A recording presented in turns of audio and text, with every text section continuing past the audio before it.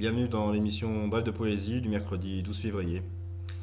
J'ai eu le plaisir il y a quelques jours de recevoir les ouvrages de voilà, Robert Notenbaum, poésie, choix de texte, un ouvrage dédicacé avec beaucoup de gentillesse et ultima verba. Voilà.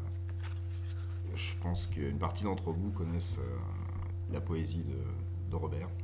Euh, il a pas mal de recueils à son actif, des textes de toute beauté.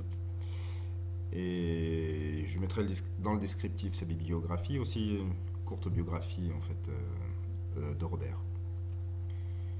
Mais place à la poésie. Le premier poème. Aujourd'hui, ce seront des textes tirés de ce recueil qui seront lus. Mais je pense que je consacrerai sans doute une autre émission, voire d'autres encore à ces textes. Mes poèmes. Je les ai mis dans des bouteilles et jetés à la mer. Les bouteilles iront se fracasser contre les roches, et mes vers dispersés se marieront aux vagues. Il n'en restera rien. Vous savez, les galets de verre, blanc, vert, bleu, qu'on ramasse et collectionne, surtout les bleus. J'ai justement choisi des bouteilles bleues pour vous.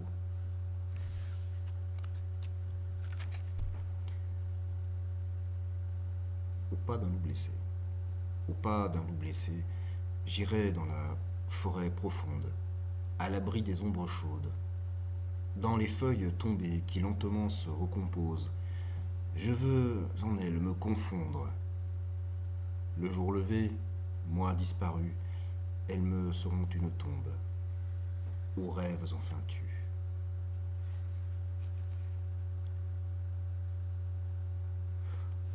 Au moment de mourir, j'aimerais que mes yeux se ferment, abandonnés à ton regard.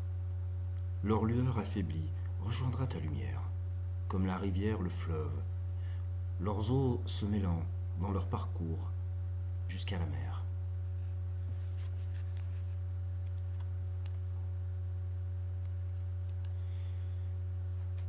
Dans la moiteur de l'aube. Dans la moiteur de l'aube, des doigts effilés d'or doucement se faufilent entre les arbres noirs, entre les branches. L'une après l'autre, ils éveillent les fleurs de l'ombre, tapis au chaud des feuilles mortes.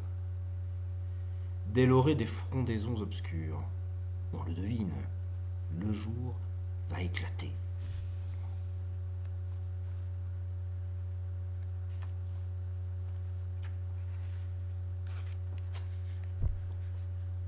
Je n'irai plus à Paris. Dans ce quartier de Montparnasse, tout me parle encore de toi, de notre amour, de ta porte refermée. Ici, dans mon île, tu n'es pas venu aux bourgeons du printemps, aux primevères, aux pâquerettes et boutons d'or. Tu n'y verras pas les fleurs fragiles faire place à l'été. Viendras-tu me voir aux splendeurs de l'automne? Viendras-tu pour l'hiver, mon grand hiver?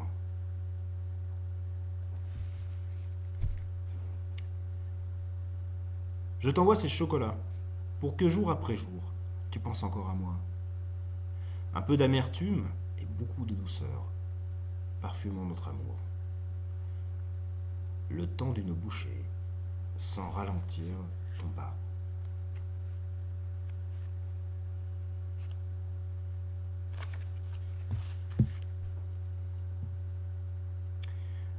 Quand nous disions vous, il y avait comme une distance, des mots pesés, des gestes réfléchis, des élégances, un parcours sinueux entre nos cœurs, des pudeurs, des silences, et notre amour, encore inexprimé.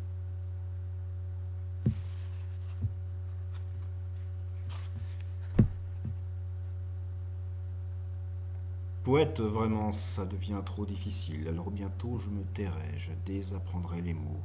Mes lettres déformées deviendront signes à peine esquissés, et je m'enfermerai dans mon silence seul, sans valise, en plein vent, comme sur un quai de gare en attente de rien, les mains et l'âme nues.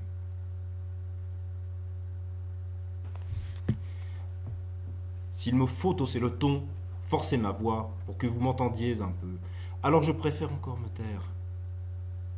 La cage refermée, couverte d'un drap blanc, je dormirai, je rêverai. La poésie, c'est art de pauvreté, s'accommode du silence. Ah, vraiment de très très beaux textes. Je suis très heureux d'avoir découvert sa poésie. Et d'échanger avec lui. Donc, pour conclure, un très court texte qui s'intitule La poésie. La poésie, c'est comme un peu de notre silence qui se met à fredonner. Alors j'espère que cette journée fredonnera pour vous. Voilà. Passez une très belle journée en poésie et à demain.